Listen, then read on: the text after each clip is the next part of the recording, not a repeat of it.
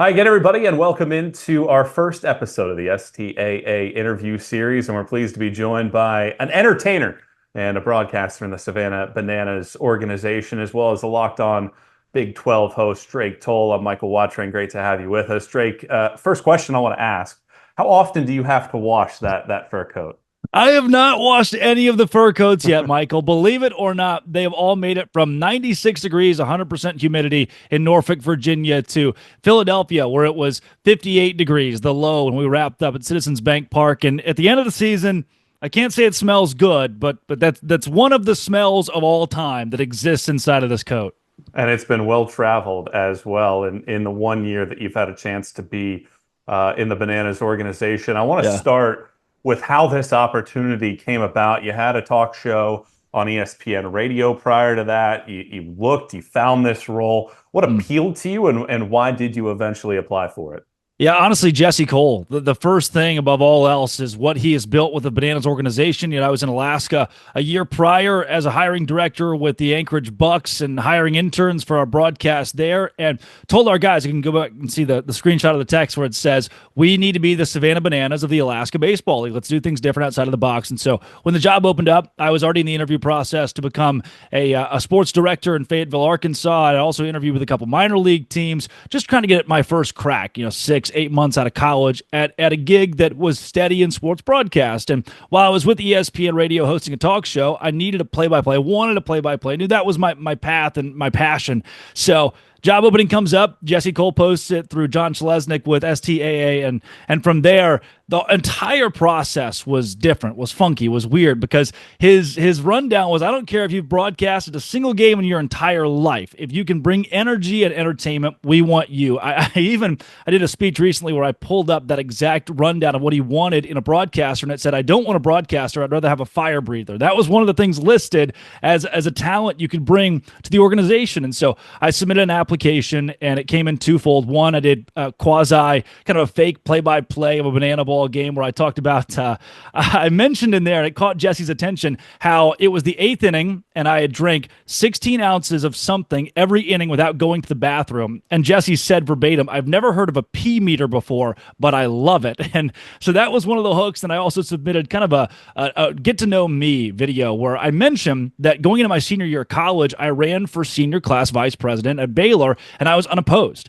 But I couldn't not post a campaign video. I'd done it every year prior. So the video opens with me saying, I'm running for senior class vice president unopposed. So vote for me or don't. I will be your senior class vice president. And that grabbed him from the very beginning. And it grabbed me to this fervor for the different, for the exotic, for the creative that the Bananas organization has put together, that Fans First Entertainment has been so drawn toward, and people are inversely drawn toward it. So for me, the interview process started with Jesse Cole sending a video at random, get a random text from a random number. It's him. And he says, we love your stuff. We'd love to talk to you. My first meeting with him, I actually opened the call in a suit and tie. So it's interesting. A week prior, I interviewed with the AA team, and the hiring director there told me at the end of the interview, because you didn't wear a full suit, we consider you as someone who does not take this job very seriously and someone who we wouldn't consider hiring. And I thought, okay, that's great feedback going forward for assorted interviews. So I showed up to the Bananas interview, the Party Animals interview, in a full suit and a tie. And after 8 seconds or so of just pleasantries, I said, Wi-Fi issue. I turn my camera off. I throw the suit off, put on a puffer jacket while shirtless, some pit vipers, and I grab a beer, which I brought one today to showcase the prop. And I turn the camera back on. I've hit Pony by Genuine. I hit play, and it's yeah, and Jesse is stunned. When you've stunned that guy, you've done something right. And the first words out of my mouth were, did I miss anything? And he's just trying to fumble through, like, I knew you would do something. I knew I'd see something. And as he's talking, I grab the beer. I take a sip, and he goes, that's not a beer, is it? And Michael, I thought I lost him. I thought I lost the entire job. I thought I took it a step too far. But I had read his book the night prior, and I said, this is a real shot. I said, Jesse, I read your book yesterday, and you write in there, whatever's normal, do the exact opposite. Cheers. And I think that was the moment of, if there was a way to recover from taking it a step too deep as the Party Animals broadcaster, I do believe that was it. And from there, got to go on a site visit in Savannah, meet with the culture department there, and knew that compared to the other jobs I was interviewing for, whether it be minor league baseball or even a sports director position at a radio station that was closer to my hometown where I grew up, none of that compared to the trajectory that is Fans First Entertainment, the Bananas, the Party Animals, now the Firefighters, the Tailgaters, and one tour in, I completely made the right call, and I'm so grateful they took a chance on me. You mentioned, how you had started with, vice president and doing some of that other stuff. Well, you started a broadcast program at your high school in Valonia, Arkansas. What fueled the passion for you to even want to become a broadcaster? And when did that shift from maybe the normal trajectory to doing something that's a little bit off the beaten path? Well, Michael, I was bad at sports. That's the first thing that we have to check off here. My father was the pro baseball style guy. He played Division I college football at Missouri State, had gotten drafted by the Blue Jays, declined that contract to play football, and so I was supposed to be the second coming. Here comes Philip Toll incarnate, but he's in football pads in Valonia, Arkansas. And after the first junior high practice I had, my coach came by and said, Philip's your dad? Are you sure about it? Yes, I am sure. I just had never really met those expectations. And with that, I knew eventually my sports career would run out. But if I wanted to stay in sports, I knew broadcast was a path to do that. I'd always been very vibrant, I'll put it that way. And so there was honestly not a real tangible way to crack into that in Valonia, Arkansas. There was Jimmy Rogers, who did radio calls every Friday night on Y107. And outside of that, that was it for media exposure in my hometown. And Jimmy ends up passing the baton later on when I'm a sophomore in high school. And there becomes an opening for this live stream deal that most people really hadn't heard of in Arkansas and only been done by a couple of high schools. Go to my athletic director, go to a couple local business leaders, and we put our brains together and said, okay, here's $1,200 and a rundown laptop. We'll hook a camera up to it and hope for the best. Lo and behold, after a $5,000 grant in the middle of that football season my junior year, we start Eagle Vision or Valonia Sports Network. Those two things were kind of the brand that we were built on. And from there, the spark hit. I knew I wanted to work in sports. I knew I wanted to be somewhere where I could express myself. And now broadcast was the way to do it. So founding that network, getting into the process of going to college as well at Baylor, where they didn't have, again, another situation of we don't really have anything. You've kind of got to create it on your own. And so student radio there had died down a bit. The student broadcast was brand new. Hey, you can come in, have instant opportunities to be a leader, whereas some colleges, you bet on yourself and say, okay, I could walk in day one and next to those juniors and seniors, prove my worth and not get as many reps as I was able to get day one. Game one at Baylor of the college football season in 2019, I was standing on the field and thought, wow, I got so many buddies who are just waiting for their junior year to have this kind of opportunity. So Baylor was a perfect fit for me. And from there, Michael, I learned very, very quickly, I don't want to wear the tie. I don't really even want to wear the polo. I want to do this in a style that the younger generation is glued to and maybe not be completely Barstool-esque. Let's rein it in a bit and mix somehow this traditional sports broadcast. We bring you the game itself. There's a love and a respect for what this game is and how to paint the picture that a broadcaster is able to paint, but also let's have some fun while we do it. And that was from high school on. I wanted to make it my own, truly make it my own, because I've seen talented guys my age who I interned with on Cape Cod or the Alaska Baseball League who, Michael, are either more talented than me or work harder than me, but they follow the exact same path as the guy in front of them, and they're stuck behind that guy in front of them because of that. I knew I needed to branch out, do things differently, find my own niche, and trust it. In every conversation I've had with mentors, it was, hey, rein it in just a little bit. And while I could have, I felt as though I would get stuck behind somebody else. And instead, I went for it, shot for the moon. Hopefully, I landed the stars. Luckily, I'm standing on the moon right now in an organization like Fans First Entertainment. Speaking of shooting for the moon, you put together this demo that's about 4 minutes long of a banana ball segment. What went into processing that as you try to put something together? Did you script what you were going to do? Was it off the cuff? How did you come about putting together that demo reel? Michael, the day I have a script, I am 6 feet under and cold dead. That was, I'm going to find a 3 to 4 minute banana ball segment, half inning, something where there's a hit or a strikeout or an entertainment piece, something that's banana ball. And to be honest with you, I had never watched an entire Bananas broadcast. I didn't know all 11 rules. I couldn't name more than one or two players. This was instead an appreciation and a respect for what the organization was as a whole. And then I began to learn through that interview process. And so found 4 minutes where there were a couple of hits in there and thought, let's make it my own. Let's give it some taste, some flair, some style. And hit record. From there, put a cowboy hat on and some sunglasses and just went for it. And I sang in Spanish, or I got too eccentric for a home run call and just brought this energy that I knew Banana Ball and the party animals were going to enjoy. So honestly, it was 2 takes, I believe. In the second take, I thought, you know what? That's raw. That's authentic. Could I refine it and make it better? Probably. But that's what I'm going to sound like when it's live in the booth, on the air, with your organization. Let's submit it. And I did. It was probably put together in the span of about 15 minutes because I knew if I really am going to be able to excel in this role, there's going to be a hampering in terms of preparation. Like I could go to Baseball Reference right now and tell you the entire stat line for the whole career of a Mike Trout. We don't have that necessarily in Banana Ball. I'm going to have to wing it in a lot of categories. Let's wing it here. And I did on the demo, and thankfully it worked out. Yeah, that's an interesting point because I feel like me personally, and I know every sportscaster spends hours gathering materials, trying to go through and find that perfect segment. And you just did it in 2 takes, and you did it in 15 minutes to come up with something. And I think that speaks to, who you are as a sportscaster. Doesn't have to be a drawn out process. Right. Why were you so confident with putting something like that out for an opportunity like this at the time? Yeah, confident is a weird word to use. I didn't feel confident at the time. I thought, shot in the dark, baby. I'd already applied for multiple jobs and taken multiple interviews, lucky enough to have those multiple interviews so that I could learn the process to ultimately become a sports broadcaster. I was close, Michael, to accepting my fate that I was going to be sitting in the same chair, doing the same gig in a cubicle, or a cubicle where I get to escape for an hour and sit in front of a microphone for a long time until I earn my stripes. I'm not very confident after the interviews that I've done that I can make it in the traditional world of broadcast.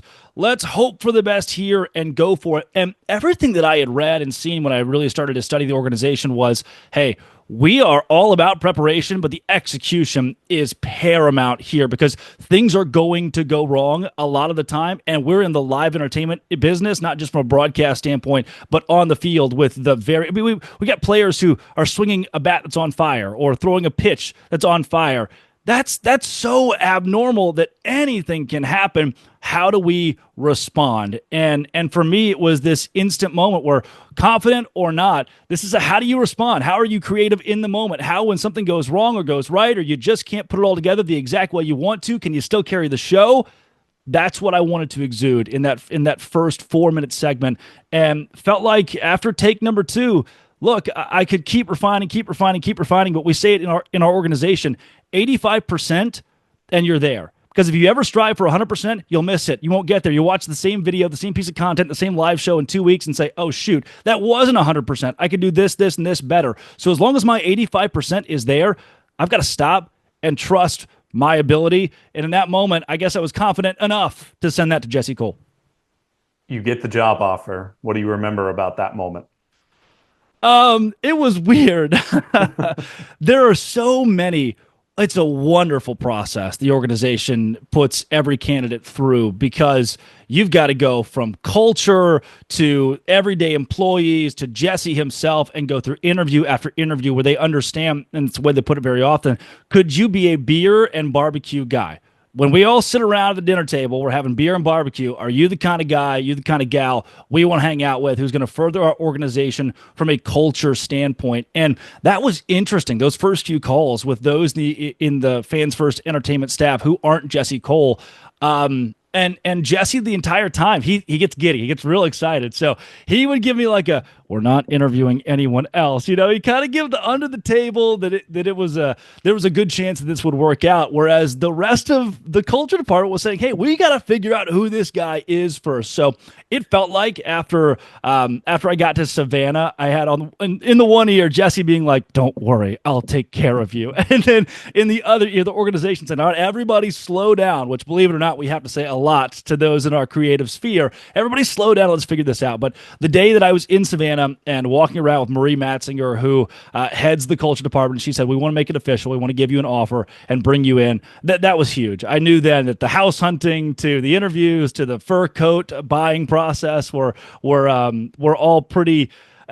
To me, while they had been, I hope I get this job, they were all solidified. And then 3 months ago, Michael, they put me on a 9-month contract. They said, we want to get to know you for 9 months. Can you be the future face of the Party Animals? Can you be the future voice of this brand for us and help it grow? And it took 9 months to get there. It took 9 months to learn to be a broadcaster in this organization. And then, like I said, a couple months ago, I officially got, hey, you're full-time with us moving forward. You're our kind of guy. We want to keep you long-term. That was the moment where you almost get emotional knowing that an organization where so many talented people strive to land here, for myself to actually be in this seat and know that they want me is really cool. How do you prepare for a broadcast? Broadway musicals, movie references, right? It's so interesting. My spotter board is very scaled back because we don't have very many. There's kind of an adjusted Bob Carpenter of Banana Ball scorebooks where Biko Scala, Josh Dalevsky, my counterparts have figured out their way. I'm still a bit behind there, and I'm usually calling these Party Animals headline games by myself and don't have the time to say, oh, that guy's bat's on fire. The first base coach is pouring tequila shots, and I've got to call play-by-play on this home run. So I'm balancing a lot of stuff. My pregame, I'm constantly putting notes in of where are guys from, where did they play prior to Banana Ball. We want to legitimize this sport. Hey, this is a 4-year minor leaguer stepping into the box. This is a 7th-year minor leaguer, first-round draft pick, 15th overall to the Texas Rangers. Let's show you his career up into Banana Ball to showcase that our guys have played some big-time baseball and now have found their home here playing big-time Banana Ball. But like I said, it's the Broadway shows. It's the movie references. If I haven't seen Top Gun and they want to do a Top Gun scene on the field after a guy scores a run, I need to know, and I always make it a point, I don't want to do wild lines after. I need to know in the moment we are live how to best convey that to the viewers at home, whether it's saying, oh, and it's the Tom Cruise at home plate, noting who are the actors, what was the moment, what happened to that scene, and there's his goose pouring it down the hatch, something along those lines. Even so many times you hear a song and this guy's got a specific walk up to a Paramore song. I've never heard that. How do I then know? Throw it back to 2003, a little Paramore for you as he steps in the box, just to book him. So when socials will post those videos, what that moment was, it was from Hamilton or Wicked or Newsies. That's different. I've never had to do that before, but so much of my preparation is actually the entertainment side of what we're going to do that night and how to get it right live for our broadcast.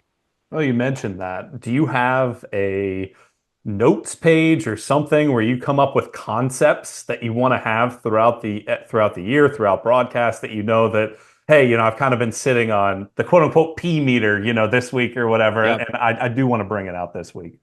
So I've got a list in my notes, and this is all, I love it. I have like 17 notes and I have these different, I send them all to Jesse Cole too. This is great. Player shaves chest. Player gets a workout. 3 guys bench small children during game. Tape me to a chair. This one says fake snake, cup on a head, hot foot. Player gives me a haircut in the middle of a game. Thankfully, we have yet to do that one. Player smokes cigar in dugout. We call it the Cuban flare. I have Spanish lessons. I teach someone on the team Spanish. Cooking with Drake. I bring out a Blackstone, cook a steak. I've got an ongoing list of how could I or even our broadcast team as a whole be inserted in this event so that our broadcast is top-notch and even entertainment on the field can be top-notch with our talents and what we're able to provide. So sometimes it comes from entertainment. They say, hey, look, we're going to do a Pink Pony Club walk-up. Can you get it right on the broadcast and just nail the lines and tell everybody it's Chapel Roan Pink Pony Club? And other times it's, hey, tonight we're going to have, after a guy scores, we're going to reenact the Susan Boyle Britain's Got Talent scene. Can you go berserk after the golden buzzer is hit? And then other times, for me, Michael, it's I come to the table with an idea. All right, player calls his mom mid-game. Somebody else at our idea session says, hey, let's plus it. What if we had mom at game surprises player? Okay, back to me. Let's plus it. Player's girlfriend surprises him at game. And then somebody down the table says, wait a second, player's ex-girlfriend surprises him at game. And so I've been able to put moments like that together where we had truly an ex-girlfriend surprise a player while he was pitching in the middle of a banana ball game. So to be in those idea sessions, sometimes it's me, sometimes it's the broadcast crew itself, and sometimes it's entertainment coming up with these big moments. But I have an ongoing list, a running list of what we can do to plus the experience for fans. And then when you look at your role in terms of being on air, it's not just sitting in a broadcast booth for 9 innings or, the required time that you normally might be for a broadcast, but you're all over the place. You're on the field. You're talking to players. Yeah. How have you learned to balance the different things that you have to do during a game while still kind of upholding some of that entertainment value of calling what's happening in the moment? Yeah, this is everything I've ever wanted. To get to chat it up with my friends, with the players, to run out full sprint into left field. We're going to mic this guy up during the 3rd inning, but the mic is me. Like I'm standing there talking to him as he readies, as the guy's in the box. Those are great because it's thrilling. It's the execution side of it that we preach so often. We prepared. We know that this is a moment where we'll create a socials piece or possibly a viral broadcast piece where I'm going to go on the field or I'm going to be on the sideline in a quasi booth broadcasting the game from the dugout. And how do we take that and not only make it fun and entertaining for me, but also bring that journalistic side of it to explain Banana Ball? What if I'm standing out in left field and interviewing a guy, and in the middle of that interview, someone hits a walk-off home run? How do I describe what that walk-off means? It's the 4th inning. So a viewer watching for the first time is going, walk-off? What? How do I convey that Banana Ball, this is what a walk-off is, this is what's different? So it's a good mix of, I get to hang out with my buds with a microphone on us, almost podcast style, while we're in the middle of an exhilarating Banana Ball game. And you talk about social media as well. Personally, you've grown your account very nicely, and a lot of what Banana Ball does, it does extremely well on social media. What's your philosophy when it comes to, your own personal brand posting on social media?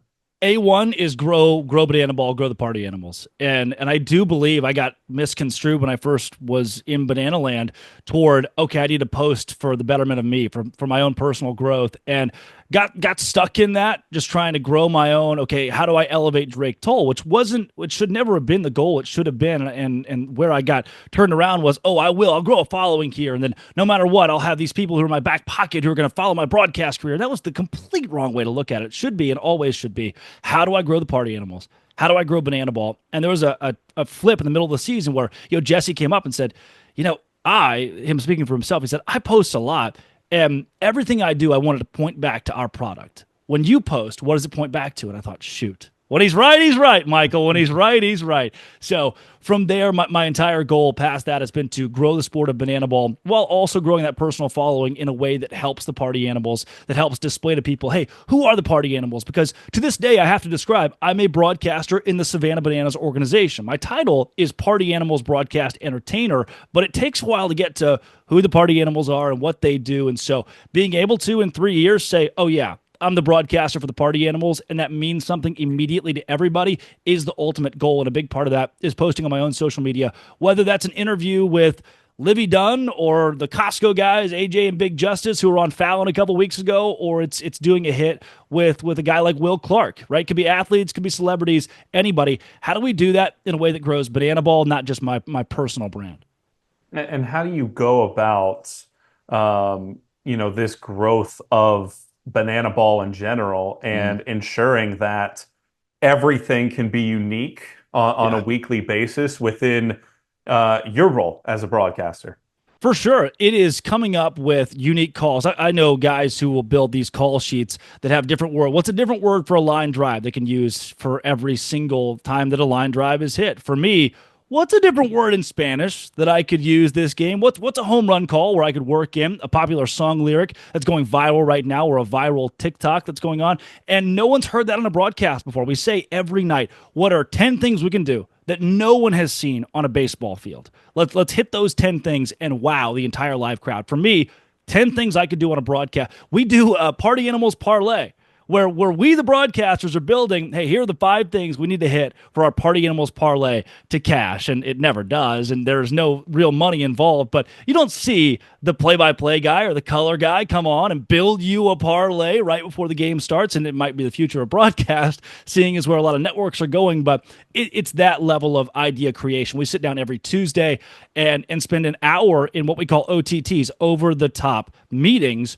with oftentimes Jesse and company saying, okay, here are all the ideas we line out. What can we do this weekend that we have not seen before, that no one has seen before, that could break the internet, that could entertain fans, that could grow our brands?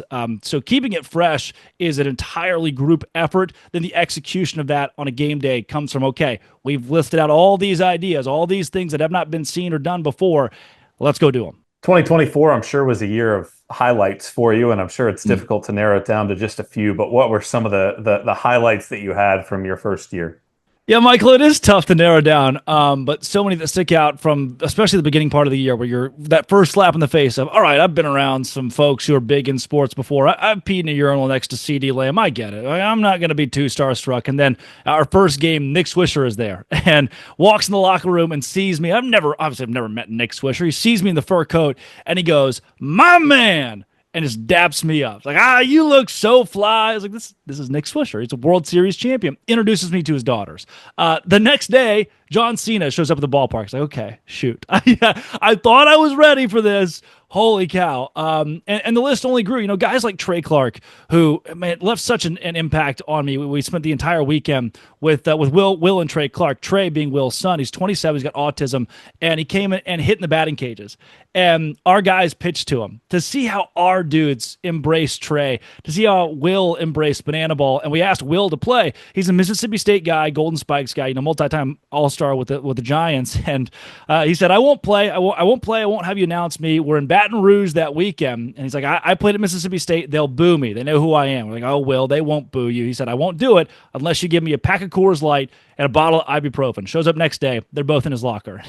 He's like, guys, I can't. I really can't, but thanks to the Coors Light, don't mind if I do.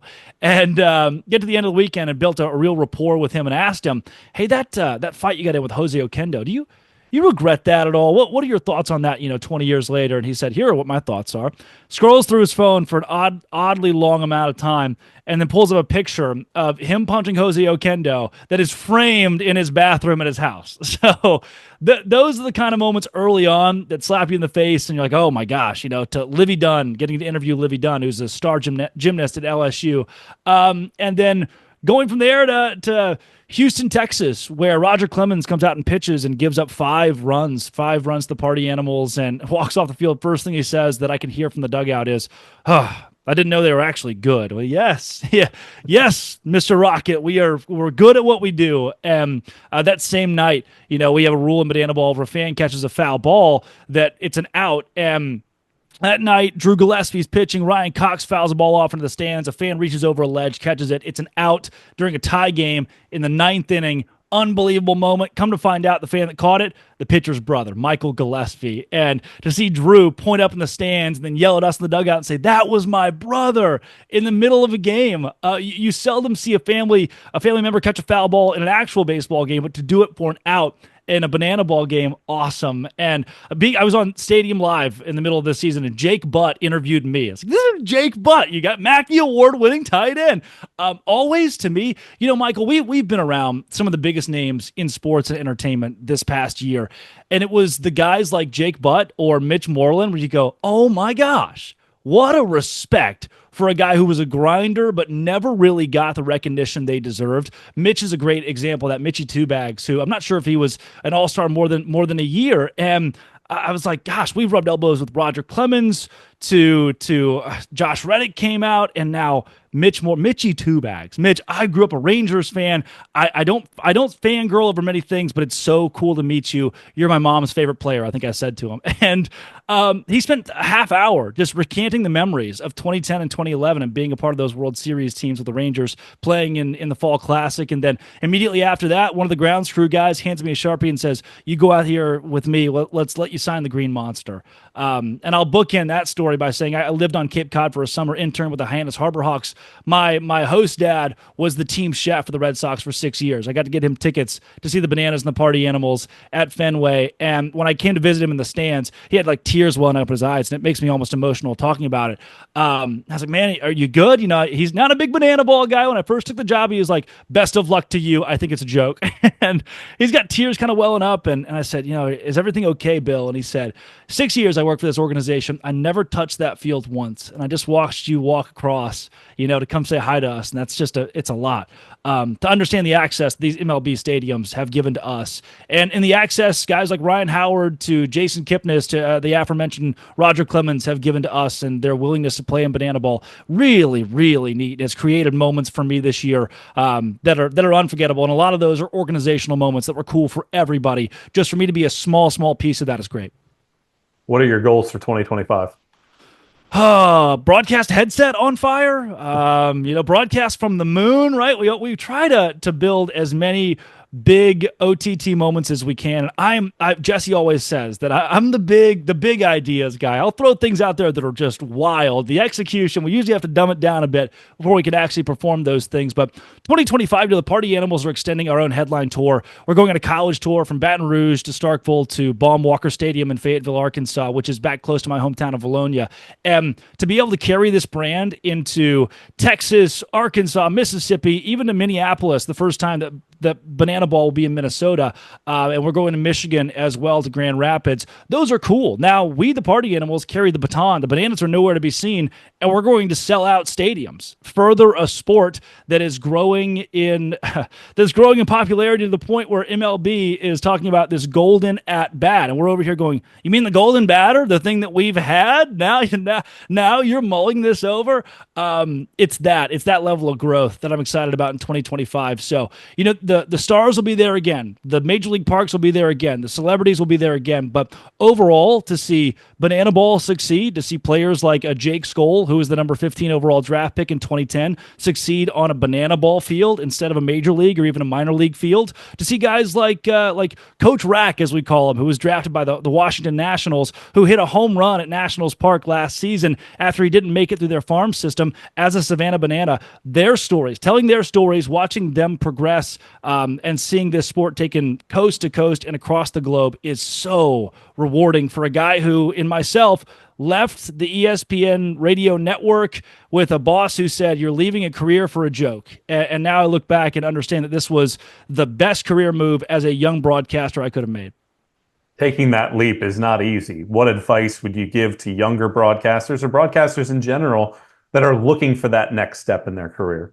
Trust it. Trust it. If you've got the chops and the work ethic, it is going to work out. And it might be 6 months, it might be 6 years, but you've got to trust your gut or you will wind up miserable, spending every day wanting. That was me a year ago. I spent every day like, okay, I'm doing my job in this chair in local radio, but I want to be somewhere else. I'm going to have to spend these 3, 4, 5, 10 years building my resume and building connections, and maybe I'll get the opportunity. And I wasn't living in the moment. I didn't trust myself. I was just trying to play the same game that everybody else is, to do it the same way as everybody. Or maybe I'll get a master's somewhere. And look, that could be the path for you. If you feel like, oh my gosh, I'm in the perfect spot, I'm 2 years away from being the next guy up, and I love what I'm doing, then stay. But if you know there's more out there for you, then trust yourself to attack jobs that are different. I went from my junior year, going into my senior year, broadcasting on Cape Cod, knowing that post-grad I wanted a summer to mess around, hang around, not go into the corporate world yet. I was going to go back to Cape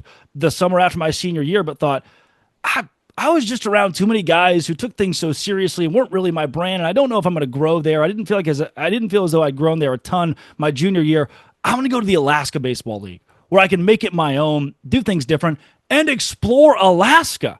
So I did, and it's jumps like that have been so crucial to getting me where I am. So for young broadcasters, trust, and even guys who have been in the industry for 20 years, trust that that dream job that you have, it might not be the traditional way for you to get there. And there are always guys, man, I listen to Noah Eagle all the time. Noah Eagle is cream of the crop. And look, way more talented than I am. And for so many people out there who are young sports broadcasters, the Noah Eagle level is something that many of us won't reach for decades, and that broadcasters who are 60 years old still have not hit. That there's that natural talent where if you sit around hoping, well, maybe I'll just be Noah Eagle one day, it's not going to happen. And furthermore, I was never, Michael, I love this. I am so grateful for the Jim Nantz Award. I believe the Jim Nantz Award is certainly the most prestigious award that can be given to a college broadcaster, a young sports broadcaster.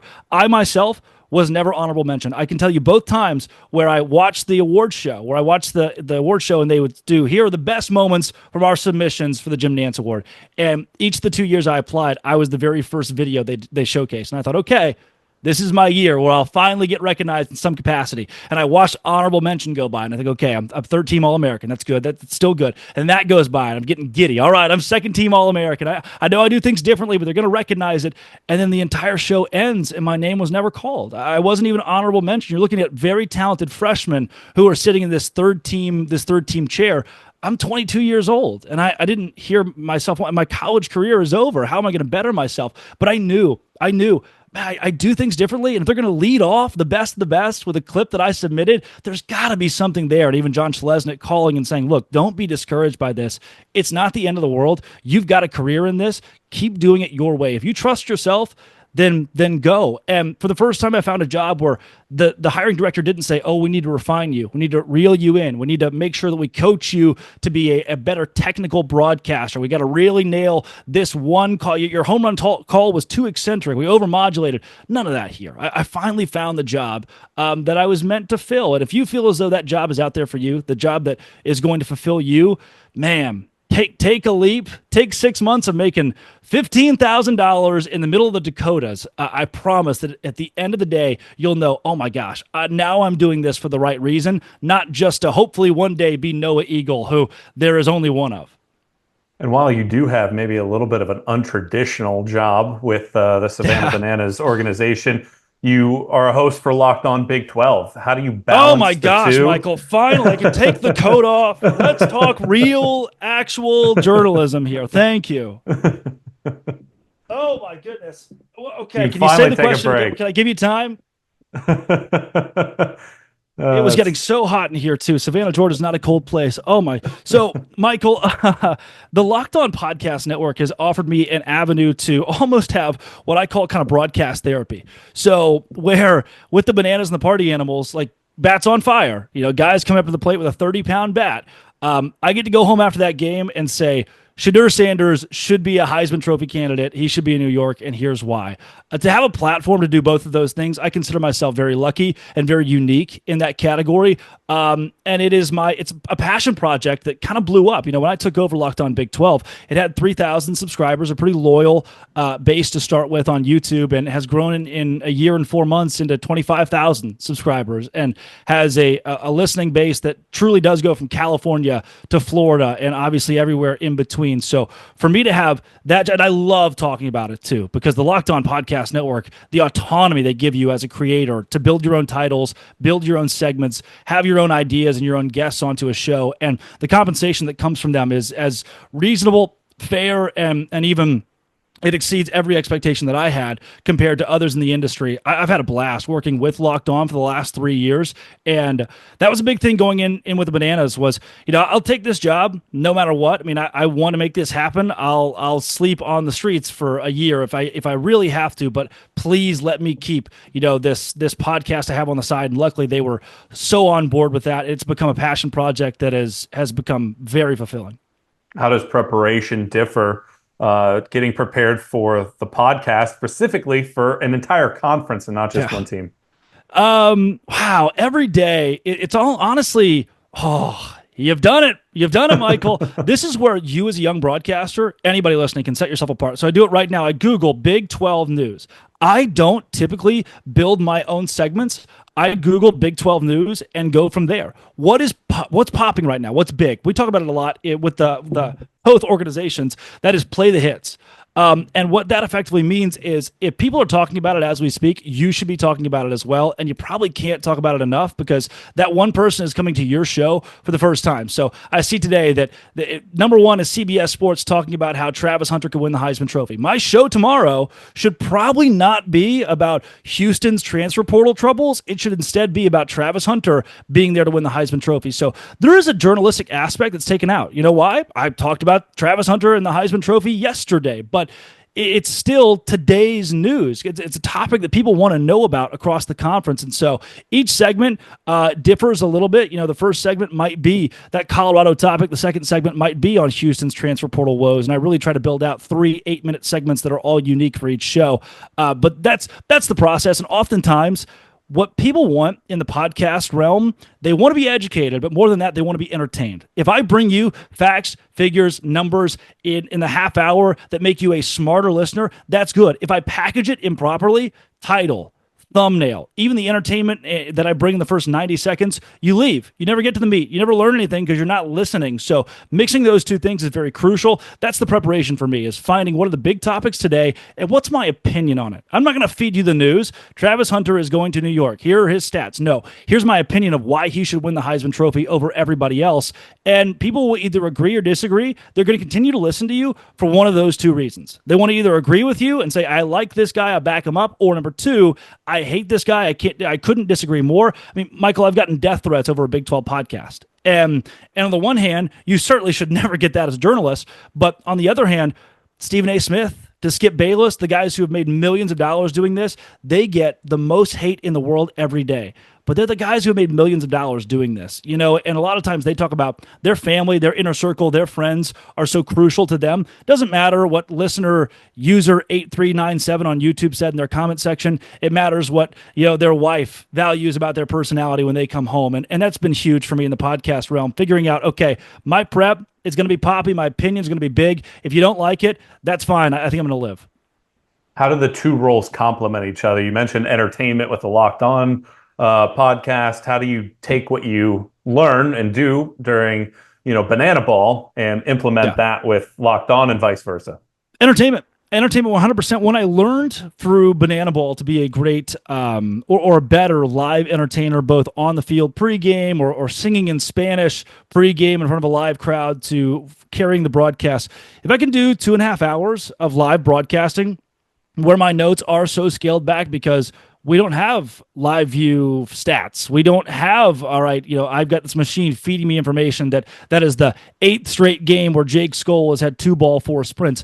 A lot of major broadcasters have that stat broadcast. It's like I'm going back to high school often in these Banana Ball games for 2.5 hours of bringing you something. So in the podcast sphere where it's 30 minutes a day, now my 30 minutes, real easy. Once I can do 2.5 hours, that 30 minutes becomes super simple.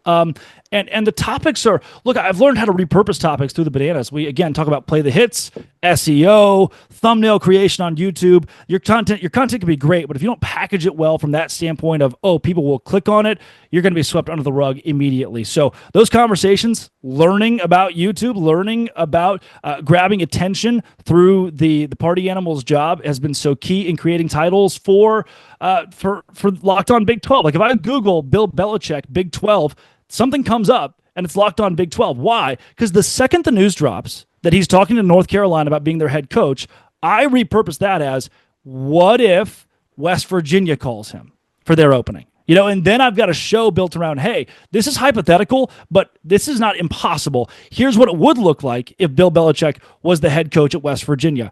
And from there, as you're talking about creating ideas on the Banana Ball side, same thing as, hey, we've got a player, we're going to bring his mom in to surprise him. Yeah, how do we tilt that a little bit to make it even more entertaining to really meet our audience? Party Animals, it's cool to have a guy with his mom, but a guy with his ex-girlfriend, that fits what the Party Animals are. Yeah, Bill Belichick to North Carolina has nothing to do with the Big 12, but if he's coming back to the college game, you can tilt that toward, if he's interviewing with them, West Virginia is an adjacent job. There's a possibility they should reach out. So my take would then be, West Virginia should call Bill Belichick.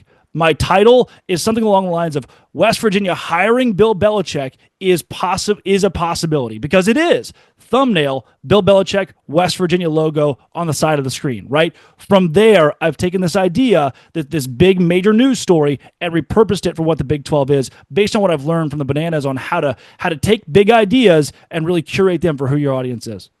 The last question I want to ask you is along those lines.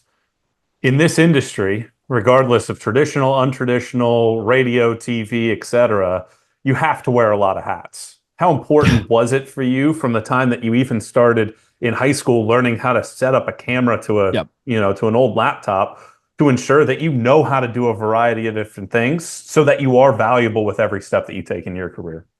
This is harsh, but it's 100% true. If you're not a multimedia journalist, you will never make it in broadcast. You will never. There are so many portfolios that I see where a guy is, here's my play-by-play demo, and I say, okay, where's your work in social media? Where's your work in editing through Premiere? Where is your work possibly? Have you ever worked in kind of local news route? You ever think about that? And when it's just one thing, yeah, no, I haven't. I've only ever done play-by-play for high school football. You'll never have an employer say, well, that's all we need is just a guy to show up on Friday nights or Saturdays and do our games. Instead, you need to follow the blueprint of a guy like Carlo Jimenez, who is a social media star, and because of what he was able to do on the social media side and refining his broadcast skills, is now the radio voice of the Clippers a year after graduating college. That is very rare, but it's so deserving because of the extra work he did to become a multimedia journalist. This goes to I was a PR major. I walked into Baylor and said, okay, where's the broadcast department? They're like, we don't really have a broadcast department. The closest thing we have is PR. And I thought, oh my gosh, the last thing I want to do is sift through brand identity and create fonts for people and get into photography. But that's what I learned in 4 years that elevated my work today on the Party Animal side. They brought me in and said, hey, you're the Party Animals broadcaster, but we have games 3 nights a week. What are you doing those other 4 days? What are you doing those other 2 days we're at work? What are you doing on the road that elevates the brand? And from there it was, well, I can run a YouTube channel, or I can create thumbnails. I can edit in Premiere. I can edit in Photoshop. I'm even versed in, if you say, look, I'm 58 years old. Photoshop's probably passed me by. This is the perfect time to download Canva. Get into something at a minimal level, at whatever you can do. Take that masterclass and learn an extra skill. So for me, I walked in and said, hey, I can do daytime radio 3 hours a day. I can carry a show. I can do a podcast. I can package 30 minutes. Here's how I am SEO proficient. I can build a title that people will click on. I can build a thumbnail via Canva or Photoshop. I can work with Premiere. I've created packages. I worked for a year and a half in student media as someone who's on the TV program. Here's me doing a stand-up. And then number 5, here's what I'm really passionate about, play-by-play. So I can deliver all of those things for you on top of what you actually need. So I'm a Swiss Army knife in all of these different areas. Here's a press release that I wrote. Here's a portfolio that I made for somebody else, for somebody's company. Here's my internship that I took. In college, I interned with Waco Tours. What does Waco Tours have to do with sports broadcast? Absolutely nothing. And that helped me get a job. That was so key for me being in the role that I'm in. So while in the summer, of course, I was out there, working hard in the Cape Cod Baseball League. During semester, find something that nobody else is doing. When employers see my resume and they go, Waco Tours? What did you do there? I was a tour guide. And when I wasn't a tour guide, I ran their social media. Oh, shoot. Now this guy can run a social media account. I've got a guy that we're looking at right now with the Bananas, the possibility of bringing him on board in some capacity for talent, whether it's internship or full-time. And guys, PT. He used physical therapy, spent the last year with a Division I football program helping work out guys' legs to make sure that they could play and tape up their ankles. Like, well, how did that help him in sport? He learned how to talk to athletes. He learned how to interview athletes. He learned a soft skill that nobody else really has as well as he does because of the different route that he took. So, again, it's harsh to say, but if you're not a multimedia journalist, if you're not multimedia in general, a multimedia entertainer even, this isn't going to be a field that you're able to climb.